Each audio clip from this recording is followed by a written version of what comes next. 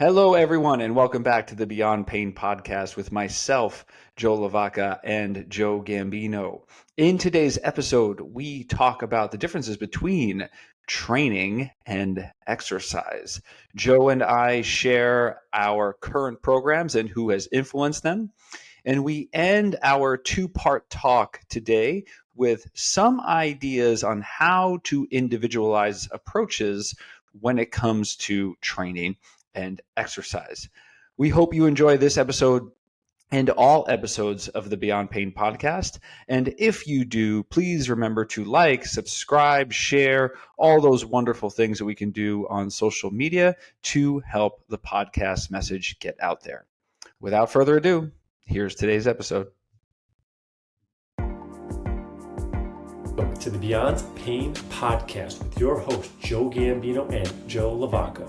Join the two Joes, two physical therapists, as they discuss how to navigate the uncertainties of pain so you can move beyond it and get back to the activities you love most. This podcast is for Joe, and their guests to share their clinical thoughts and ideas based on their collective clinical experiences. Can this information be for you? Maybe, but we cannot know for sure. Therefore, it is always worth talking to your healthcare provider to make the best decisions in your care before you implement anything on this podcast. And please use common sense. Are you an iced coffee drinker all year round? Yeah, me too. I'm actually very slowly. I am, shifted but I into do that. also enjoy hot coffee. So it just depends on my mood. What mood would you have to be in for a hot coffee? Really, Joe? the main way I don't like to have iced coffee is if I'm walking outside and it's cold, because my hands get cold. That's why. That's fair. That's fair. My hands get cold, and I don't want to hold a cold coffee, so I much prefer a hot coffee in those situations. Otherwise, I can drink iced coffee year round. Yeah. I could get down with that. I like that idea. Mm-hmm. Yeah. So I mean, sometimes something hands. warm though too is like comforting in a sense. So sometimes I just want hot coffee. Yeah. All right. And that can be in hot weather too. Happy K Day before I forget. What's K Day? Tay. Taylor Swift's new album dropped today. As of today's day. Someone in our community for where I live, they posted like, can someone make Taylor Swift cupcakes for tomorrow? It was like 6:00 at night. Like, I don't know who's going to be hopping in here to get ready for you.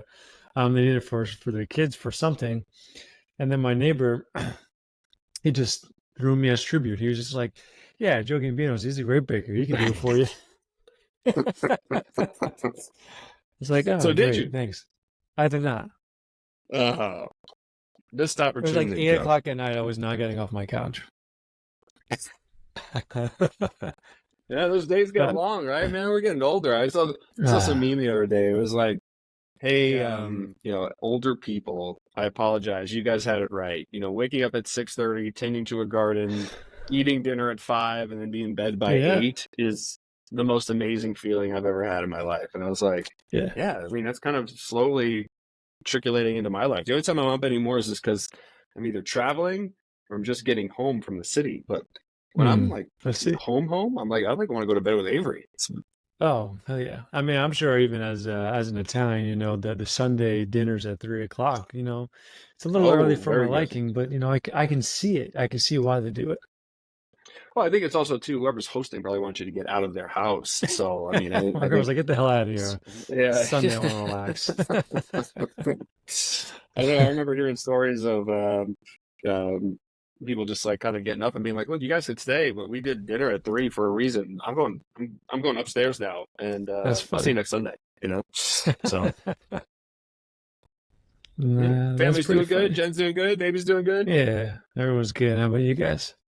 Yeah, very good. Can't complain. I'm excited to reconnect and chat with you again today. So it was nice to see a little showing of support from everyone when we announced the podcast last week. So that was nice. That was good. I'm excited. I think it gave me a little bit of a boost too. So That's good. Yes. Yeah. I'm excited. I'm excited. So let's jump into it, shall we? Let's do it. Well, everyone listening, here we are, Joe and Joe. We got another episode, episode 3. You can reach out to us on Instagram, Joe's handle, LaVacca, Strength in Motion _PT. I am Joe Gambino, DPT. You can feel free to DM us. We'll answer any questions you have. We love to connect. So feel free to do so. We also will have an application form if any of you do want to work with either of us. You can fill that out. You can find that in the show notes. And you'll also be able to watch the show on YouTube, Cups of Joe _PT. And that will also be in the show notes as well. And we'll move to the coffee chat segment, Joey boy. I have a question for you here. What are you doing with your current training? And I think that's going to be perfect with today's episode, with us talking about training versus just exercising, kind of like the general guidelines for what, I don't know, the America says we should be doing versus what we think people should be doing. So let's start with you. What are you doing from a fitness component right now? Yeah. All right. So pretty simply, I've been on a pretty decent schedule, training 4 days a week in the gym. Well, I shouldn't say that. I should say 2 days a week in the gym, 2 days a week at home. But that primarily revolves around strength training. It's just my bias. This is what I like to do. I have, I would say probably toward the tail end of 2023, beginning of 2024, tried to make and have been pretty decent on my other days. So let's say I've been strength training in the gym Mondays and Tuesdays, at home Thursdays and Fridays. On Wednesdays, Saturdays, Sundays, I have been making more of a commitment to just do some aerobic work, lower intensity, trying to stick to the guidelines of people I follow on Instagram, monitoring my heart rate, my RPE, my conversation level, and especially as the weather's gotten nicer, especially around New York and Colorado. As you know, I split my time between both places. I've even enjoyed a little ruck on the weekends to sort of like qualify for that heart rate component. So I would say, 4 days a week strength, 3 days a week aerobic, and that has been renewed this year. And I've been feeling pretty great. What about you? What are you doing? What are you doing these days? Very nice. What am I doing? So you said you're rock climbing, huh? That's fun. Oh no, rocking. Good Lord, rocking. Rock climbing. Like rocking, like on a chair.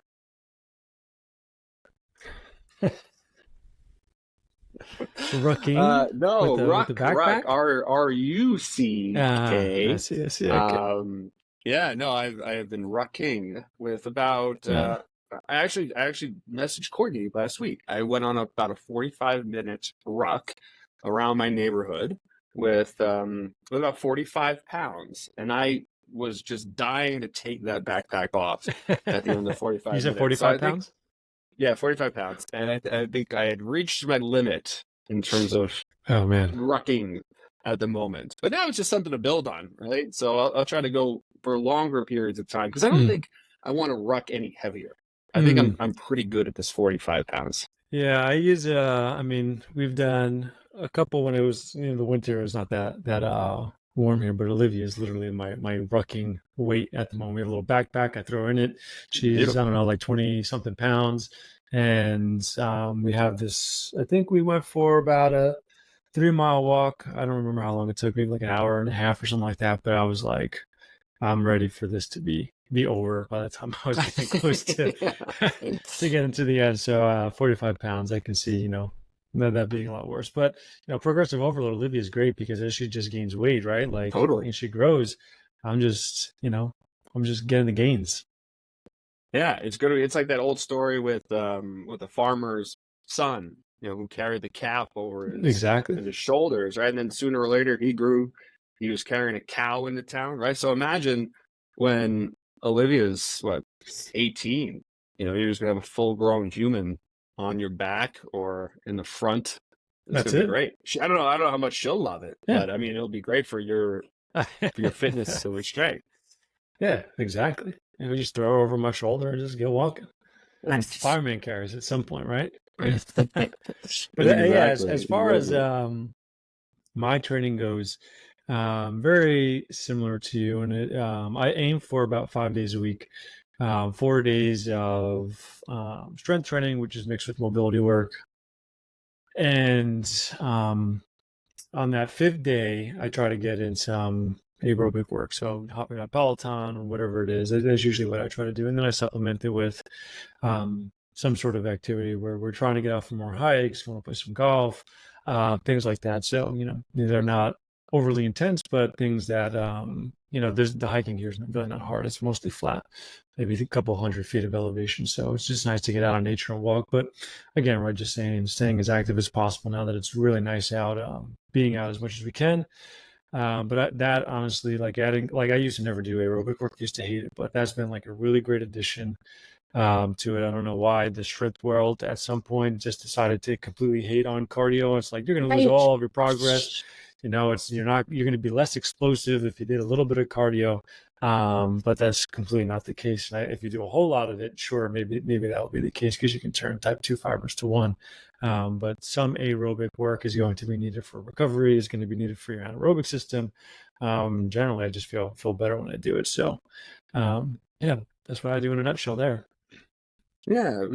You mind if I, just because something that I talked about yesterday on Instagram, and something that comes up with clients all the time, and you mentioned it, how you have your strength training kind of combined with your mobility work. So how much mobility work are you doing in isolation? Because for me, and we share a lot of the same roots. We took FRC together, and we took Constretch together too, right? So I think for me, coming out of those systems, I mean, I was just almost exclusively doing a lot of like mobility training and end range training. And, as I realized, over the course of time that I was kind of feeling a little bit less strong, or didn't love the way my body was looking after sort of like abandoning the strength training.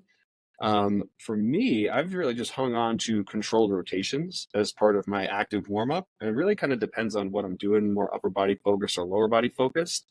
We can always go over controlled rotations too today, really briefly, for those people who don't know. But are you really prioritizing a big chunk of your workouts now based on what you're doing each day? Are you focusing on something specific? How are you breaking that up? So I have relinquished my own programming for the last, I don't know, maybe since like January or something like that. Only because I got interested in the internal strength model stuff. So for anyone listening, we're talking about all the functional range system stuff. So with Joe talking about controlled articular rotations, those are part of the FRC model. There are these controlled joint circles that we utilize as a self-assessment tool, as a way to move through your end ranges of motion, kind of like the maintenance tool, better control over your body, things within that nature. Internal strength is another portion of this, which I guess I'll talk about it, even though I know we talked about maybe taking the seminar next month together. Sure. But overall, what I'm gathering from it is combining the mobility side of things and the strength side of things, and almost kind of moving things more towards the strength purpose of things. So FRC being kind of like the mobility work, specifically Kinstretch being the group work for mobility, and then ISM, internal strength, being the strength portion of things.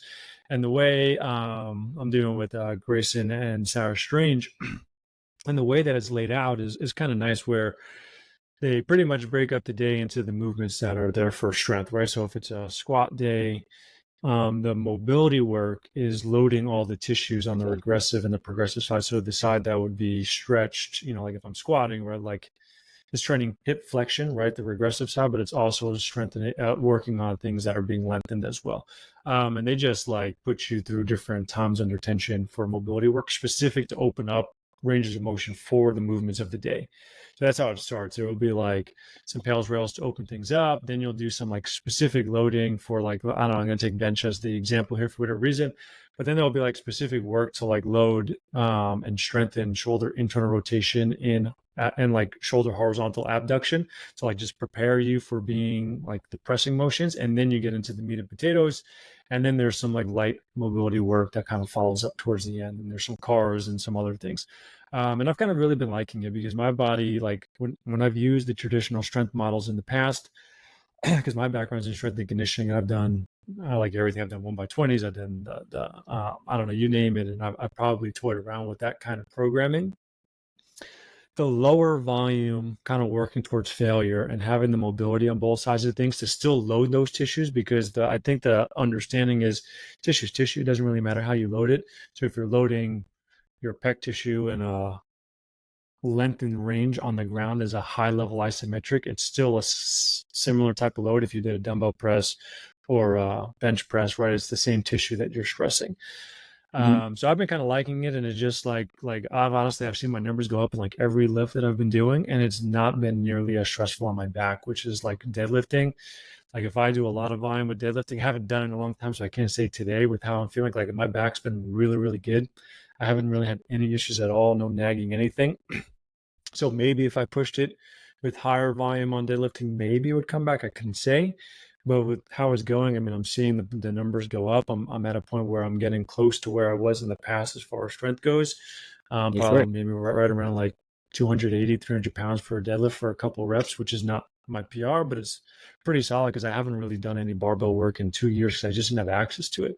And I've really only been doing it for 3 or 4 months. So to see it kind of get up there is pretty nice.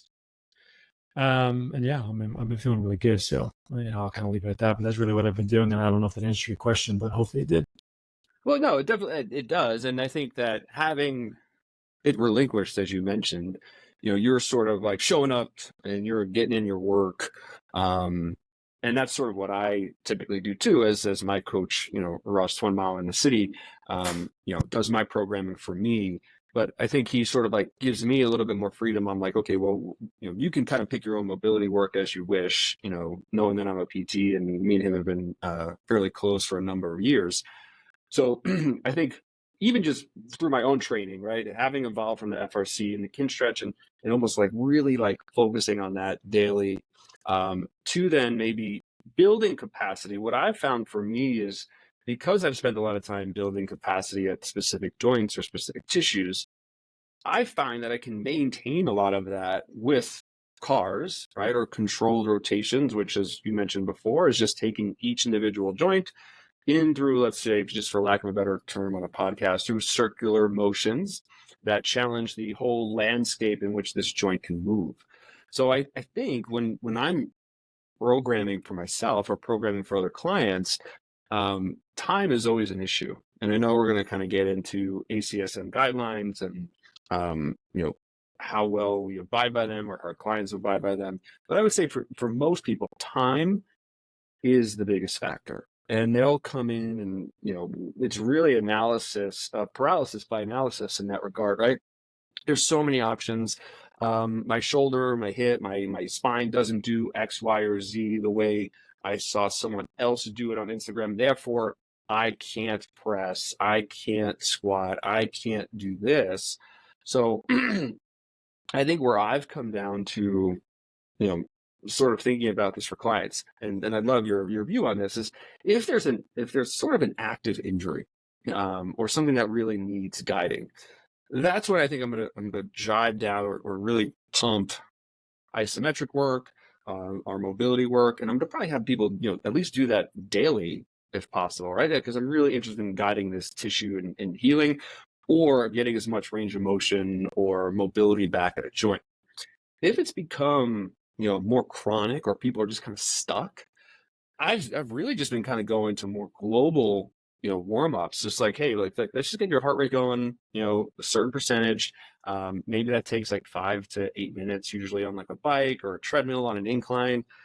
Let's mimic, the big motions that we're doing today. So for instance, if it's a squat, and depending on your entry level here, maybe I'll have you do, TRX body weight squats for 1 minute, let go of the TRX, hit 10 full, depth range of motion body weight squats.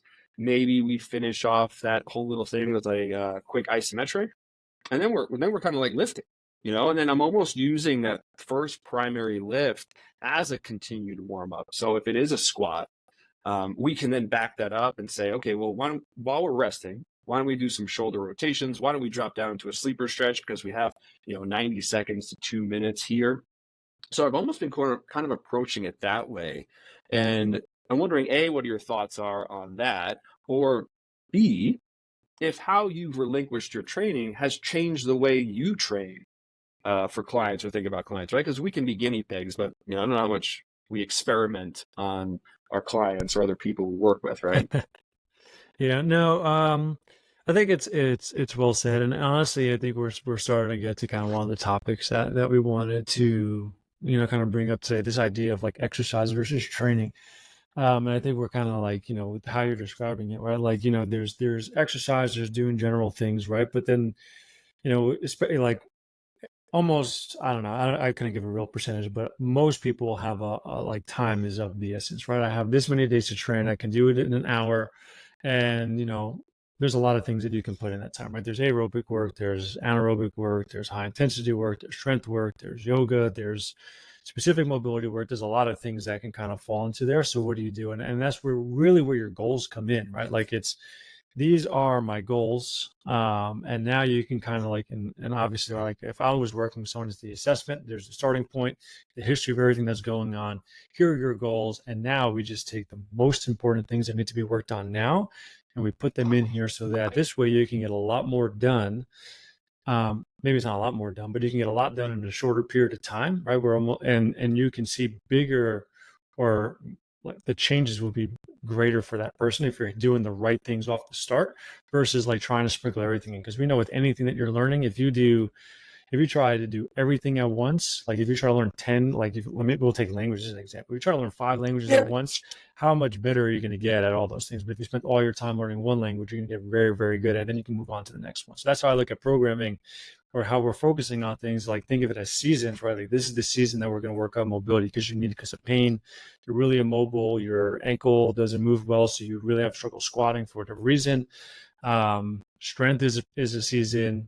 Weight loss or hypertrophy or whatever like the aesthetic goal might be, could be a season, things like that. So when we look at it that lens, and you can take some time to like develop these physiological changes that we want. We're not trying to do it all at once. We're trying to maybe pick 1 or 2. You can still maybe add a little bit more, but the primary focus needs to be this for X, Y, and Z reason. Then you can do a lot more. I feel like you get a lot more progress over, say, a 4-month period of time, an 8-month period of time, a year period. And that's kind of how I would look at it. But I think what you were saying was spot on. Where like, if you need something, then sure, you need to be very specific with the inputs. But otherwise, if it's just like, hey, I'm just looking to feel good while I'm working and training, well, then you're just going to give them something that's going to make them feel good. You don't need to be super specific. And like cars would be a great example of that. And maybe some things that would highlight whatever they need for that particular lift. And I'm the same way as you. I don't really do a whole lot of warm-ups. My A block is usually like a mobility drill, a core drill, and like a low-level power, like a jumping type of thing. Yeah, sure. Okay. Like a plow, and that just kind of gets the nervous system going. And then the B block will start to like the meat and potatoes of everything. And then the C blocks will be accessory work and stuff like that. And then any D's or E's or whatever else goes in there. That's kind of how I break things up overall. Yeah, and I actually like that idea of language. And kind of learning different languages all at the same time. And I think that might even be a good value point for clinicians, therapists, healthcare providers, trainers listening, that, be fluent in a language, right? I think you have to have the basis of some sort of a system or lens that you're viewing things through to be able to program and progress. And as you said, kind of find the right inputs. Because I didn't really think about the difference as you were describing it before, and even in we were talking before the show, like exercise versus training. I don't know if I've actually broken it down to that, because I've always been like, clients anyway, what's the difference between exercise and movement, right? And I think exercise for a lot of people with this time barrier, it creates this notion that it has to be done in a gym. It has to be done in 30 minutes or 45 minutes. It has to be done, with some sort of like special mantra or, flow to it and things like that. And I encourage people to just really think that, well, no, exercise and movement can sort of be the same thing. You can chop it up into snacks during the course of your day. You can break it down to whatever's convenient for you, whether that's 30 seconds at a time, 60 seconds at a time. And I think it just comes down to like hitting those quotas, where maybe in my mind with training, right, maybe the word that I would have probably thought about before our conversation today was skill. Right. And I think maybe that's what the specificity input, you were getting at before, if I was hearing you correctly, that I can do a lot of this general stuff. Me, you could do this general stuff. You mentioned deadlifts and squats and maybe just some power output type things. But I don't know if those transfer directly to a skill. Like, I know you play golf. If I was still playing basketball or football, like I think what, your general movement, your general training do is just give you more opportunities to express a skill that you want to achieve optimal performance. But you still have to really practice that skill. And that's why no matter, how strong I get, if Ross programmed barbell snatches for me, I'd never know how to do it. I've just never done a barbell snatch in my life, which I consider like a CrossFit skill. But because I'm not playing sports, that's what I always kind of compare it to, right? But if I was going to pick up golf, well, okay, well, you could definitely squat the same as me, or I can squat more than you. And then if we look at all of our numbers, people might be like, oh, well, Joe should be able to, I should be able to hit the ball farther because I beat you in a bench press competition by 5 pounds. But then you crush the ball 200 yards more than me. I swing, the ball goes backwards, which is a true story, by the way. Because I don't have the skill. So I think that's a really important point with everyone who's training. Like when people come in and time is of the essence, there's all these different options. It's like, I love the way you put it. Well, do you want to just get better in terms of general health? Do you want to look better? Do you want to feel better? Or do you want to target something specifically? Because, either A, we can do that, or maybe I'm not the person for you. If you want to go with golfing, I'm sending people your name all the time. Because I don't know the first thing about golf. I can barely spell it. So I'm not the coach for you, right? So I do appreciate the way that you kind of frame that for us. Yeah. And I think you're hitting the nail on the head there with, like, if you look at any of these like pyramid charts, they have them all the time with like strength principles, right? Like overall, it's like we have this GPP, we call GPP, general preparation phase, right? Where that's like, those are the times of the year, and that's like the bottom of the pyramid. Like this is your basis for movement. How well do you move? How much mobility do you have? All the general characteristics that you need to move like a human. And then above that, you have more like specific attributes from a physical perspective that you would need maybe for your sport, right? So, how strong are you? How high do you jump? Things like that, right? You can work on those components. And at the very, very top, that smallest piece would be the skill development for your sport. You can't expect that the training in the gym, it does have carryover, but if you're not practicing, you're not playing, you're not going to get any better at the thing that you want to get better at. If it's a skill-based, whatever, you get better at the gym stuff, right? But you're not going to get better at golf.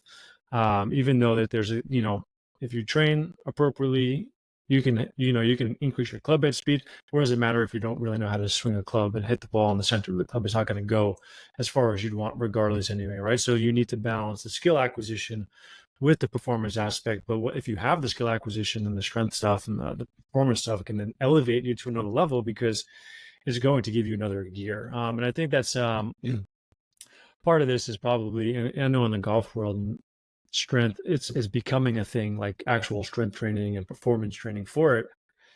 But the age old, and I think this is probably I think for most sports, people see the pathway that if you're stronger, you're faster, you jump higher, that it's going to carry over to basketball, football, whatever. But golf, it's people are like, well, here's this guy, like Will Zalatoris. He's this, he's not a very big golfer, but he can hit the ball really far, right? He's a great golfer. Well, if someone like that can do it, then why do I need to strength train, right? That's always the rebuttal there. I was like, well, that's great, but you're not him, right? He's a professional golfer. You're not a professional golfer, right? Like, if you're hitting the ball at 300 yards already and you're a really good golfer, well, then just layering on stuff could help you get 1%, 2%, 5% better, which at their level on the PGA, right? Like that could be the difference between $100,000 payday and actually winning millions, right? But for me and you, I just want to feel good and be able to do it. It's really not that, for me, I like to play around with golf programming because I like to see like what happens. I'm like a nerd like that. Like I will say like, hey, if I do X, Y, and Z in the gym, how does it carry over to this? Because I want to see what actually happens. So it's just interesting. Well, I mean, I'm probably getting off on a big tangent here, but so we can actually shift gears a little bit here, but do you have any questions, comments, or thoughts on any of that before we do? Well, no. I think it kind of, again, just rehashes a lot of the stuff that we were saying. But, you brought up a couple of other things too, where, okay, so we're talking about all these balance ideas.